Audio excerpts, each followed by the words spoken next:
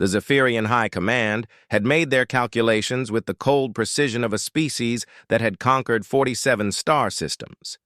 Humans were soft, they concluded, a young race, barely 3 centuries into space travel, clinging to their emotional attachments and primitive notions of honor. The attack on Earth's outer colonies would be swift, decisive, and serve as a warning to any other species considering resistance to Zephyrian expansion. They were wrong about everything. Admiral Kethra watched the tactical display from the bridge of his flagship, the Void Render, as his forces obliterated the human mining station on Kepler 442c. The screams echoing through the communication channels should have been satisfying, a demonstration of Zephyrian superiority. Instead, something in those final transmissions made his combat-hardened skin crawl. The humans weren't begging for mercy or crying for their mothers. They were laughing. "Sir," his communications officer reported, tentacles trembling slightly, "we're receiving a response from Earth Central Command. Put it through." The holographic display flickered to life, revealing a human female in a crisp military uniform. Her expression was calm, almost serene, but her eyes held something that made the Admiral's blood freeze. She was smiling. "I am Fleet Admiral Chen Martinez of the Terran Defense Force," she said, her voice carrying the casual tone one might use to discuss the weather. "Thank you for attacking our colonies. We've been looking for an excuse to show the galaxy what humans are really capable of when we stop playing nice." The transmission cut to black, leaving the bridge in stunned silence. 3 days later, Admiral Kethra understood the true meaning of terror. The first sign something had gone catastrophically wrong came when Patrol Group 7 simply vanished. 12 ships, gone without a trace or distress call. Then Group 15 disappeared while investigating.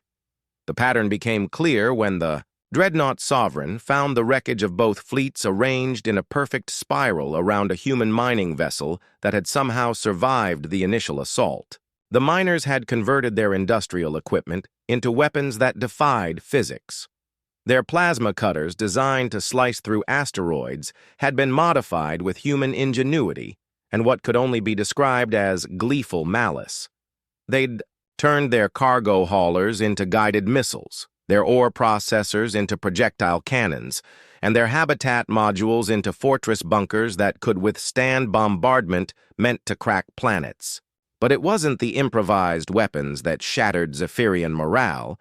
It was the messages the miners had carved into the hulls of destroyed Zephyrian vessels.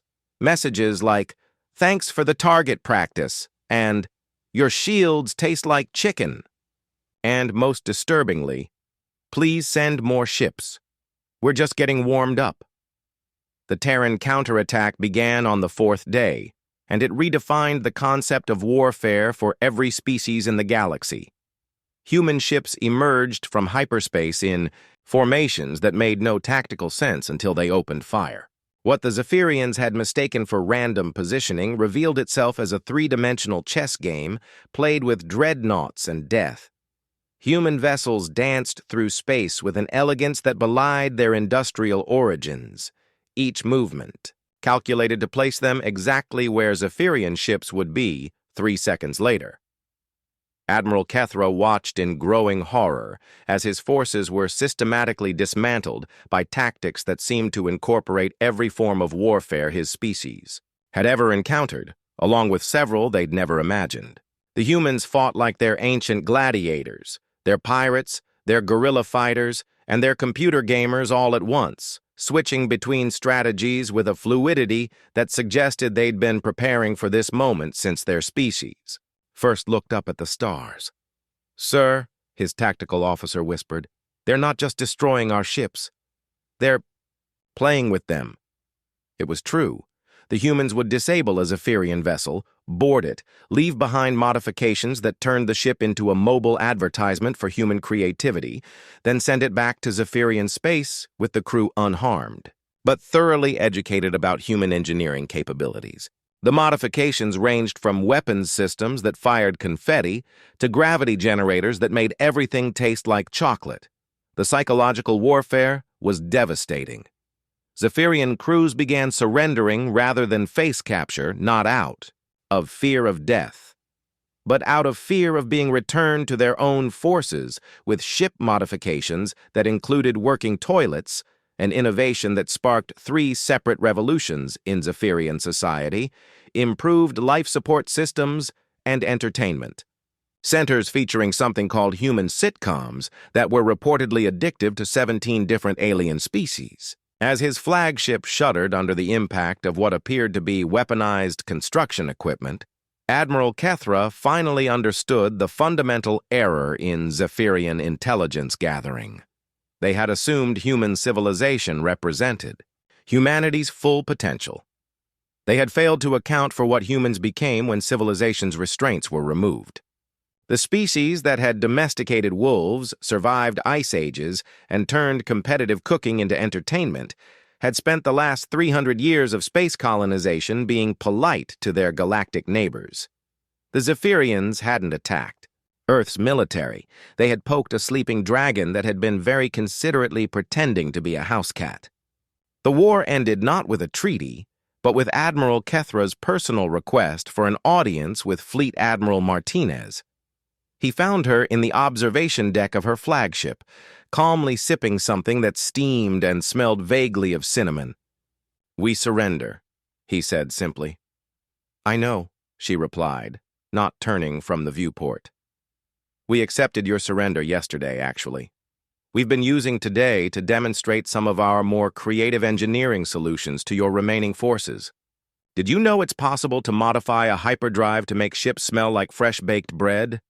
My engineers are very proud of that one. What do you want from us?" Admiral Martinez finally turned, and her smile was the same serene expression that had haunted his nightmares for weeks. "Trade agreements, cultural exchange programs, maybe some joint military exercises where we teach your people how to have fun with warfare instead of just trying to win." She paused, taking another sip of her drink. "Oh, and we'll need you to send a message to the rest of the galaxy. Tell them humans have officially stopped playing nice. Anyone who wants to test that theory is welcome to try, but they should probably bring better ships."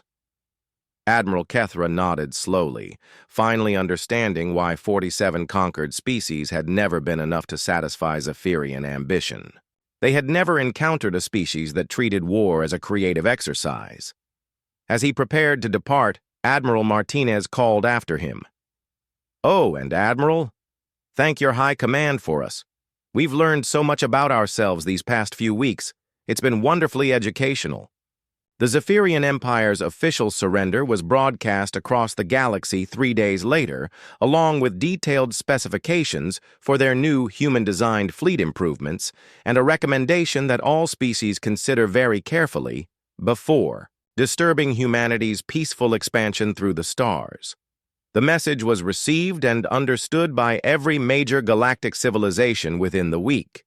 Humans, they noted in their intelligence reports, were much more dangerous when they were having fun.